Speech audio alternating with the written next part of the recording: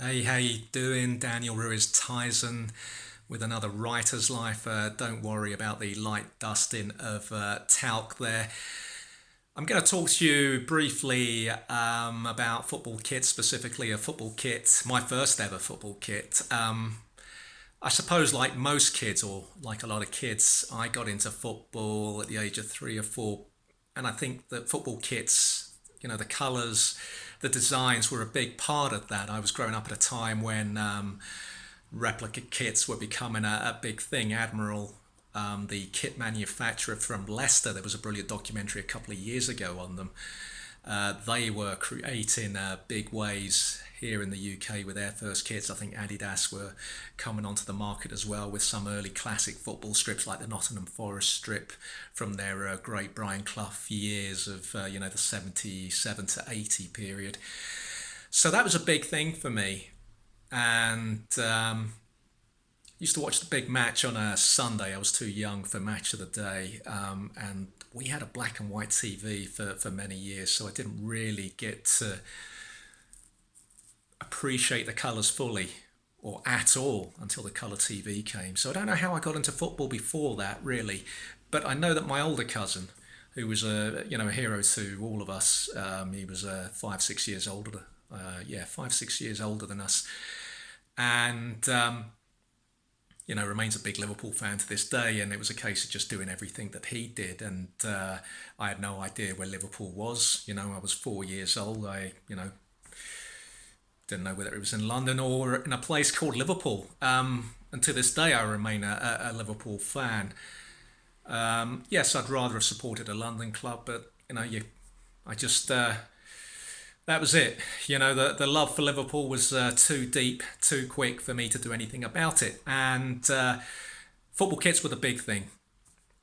My mum got me my first replica kit for my fifth birthday. I still remember it because my dad had got me a mitre football as well, two little yellow goal posts as well, which appear in a lot of old family pictures on Clapham Common when my dad used to take me for football.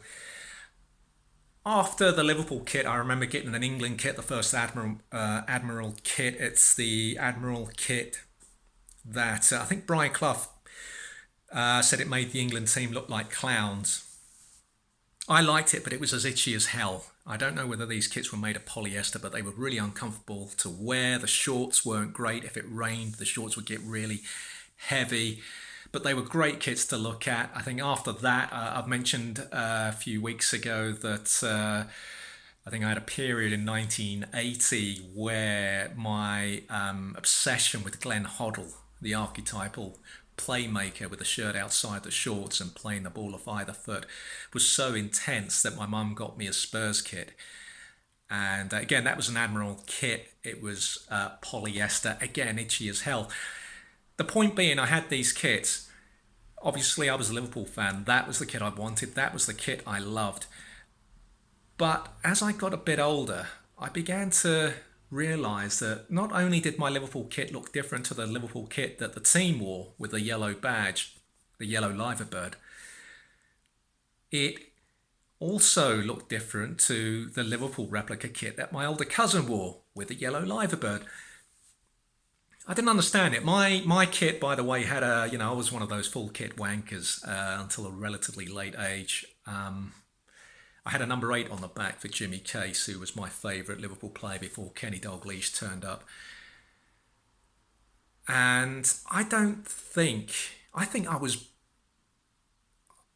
maybe 15 or 16 before I realised my mum, she didn't, this wasn't the Liverpool kit. I never threw that kit away. I think once I got too big for it, I gave it to one of my teddies. I can't remember which one. And he was wearing it, still wearing it, but I've no idea where he is now. The badge was ironed on, and the liver bird was printed on it in red, I think in a red thread. There was no Umbro sign, which my cousin's kit had. Here's my question. My cousin, 6 years older than me, he might have known that, he would have known that I was a Liverpool fan.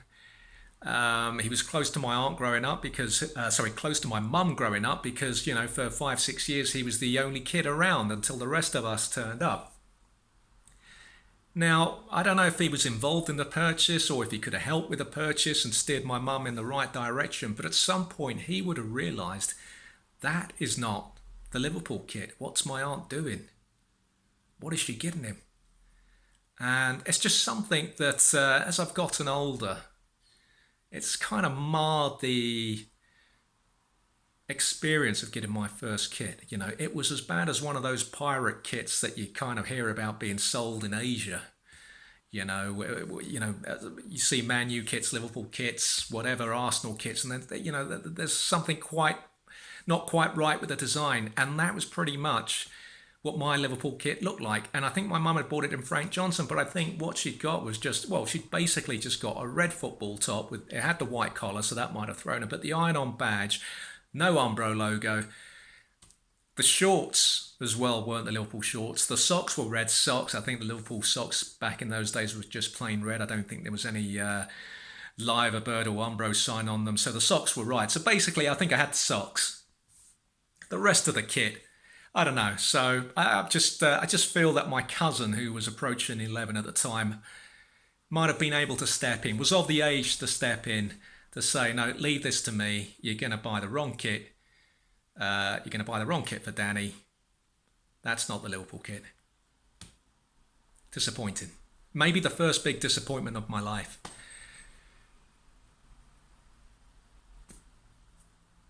Enjoy yourself.